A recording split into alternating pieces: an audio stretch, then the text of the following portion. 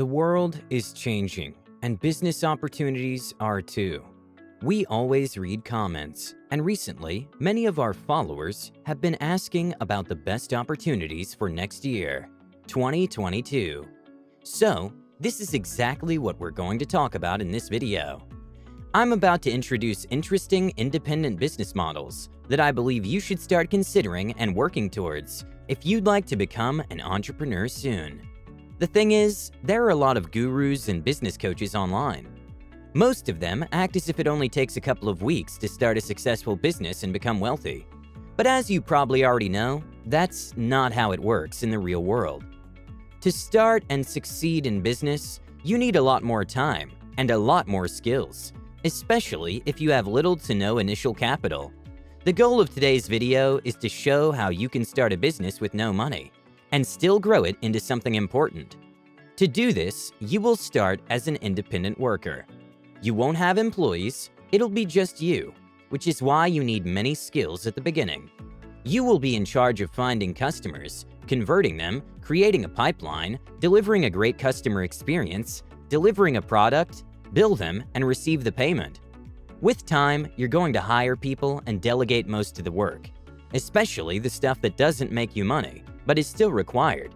And then, you'll grow into a functioning business with employees.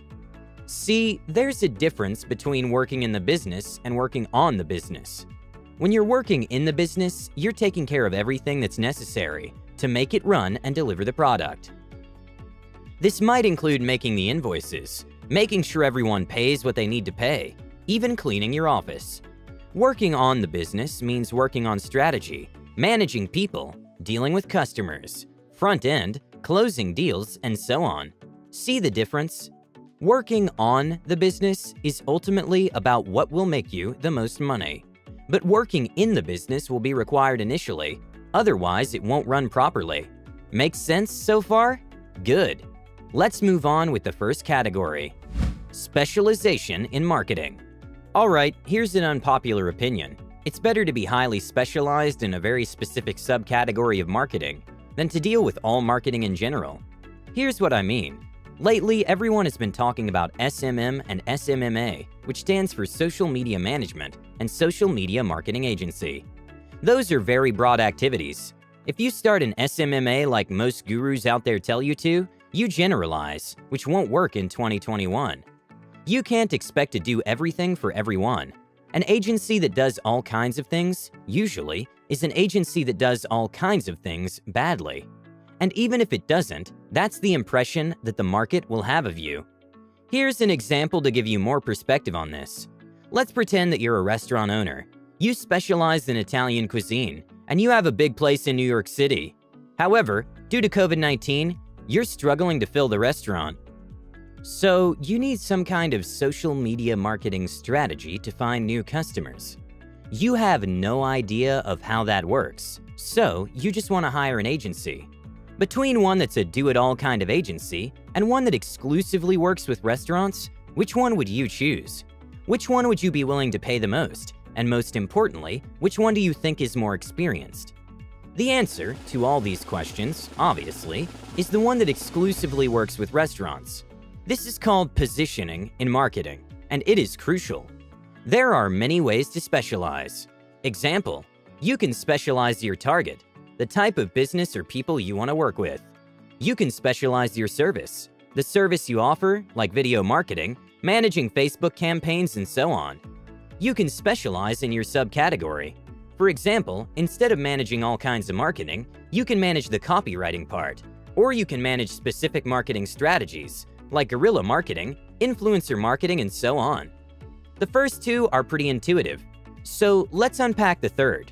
I'll give you 3 examples of marketing subcategories that you can specialize in. Copywriting. Copywriting is a fundamental part of marketing. Without it, an ad or campaign wouldn't succeed. It's the part that gets people to take action, whether it's about closing the sale, getting someone's contact information, or even closing a deal. Copywriting is the art of closing in print. It's like hiring a salesperson, but it's a written piece of content that automatically closes people. Copywriters are specialized in persuasion techniques that get people to buy. Basic strategies include using people's emotions, pain points, and being able to present a product effectively and in a non-salesy manner. There's a famous saying amongst copywriters: people buy with emotions, and then they justify the purchase with rationality. This means that the best way to persuade someone into buying something is to leverage their feelings. How? Here's an example. There's Mark and his fiancée Olivia. The lockdown has just ended in their area, and now they're allowed to go shopping. They're at the mall, and Olivia asks Mark for his credit card. She wants to buy something for herself, and Mark gives it to her. After 15 minutes, she gets back with an expensive-looking purse in her hands. Mark asks her how much she spent, and she replies $500.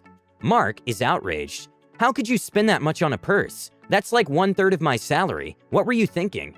And Olivia replies, "Well, you see, it's actually a bargain. I saved 30% on it. If I would have bought it any time later, it would have cost $714. It's a huge savings."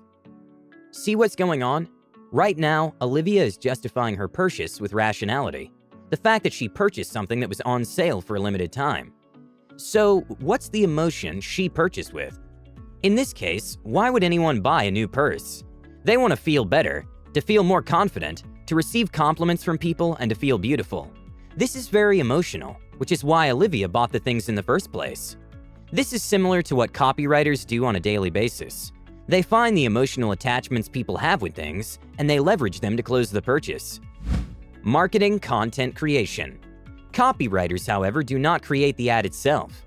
Copy is about the words in an ad, not about the design and the images of that ad.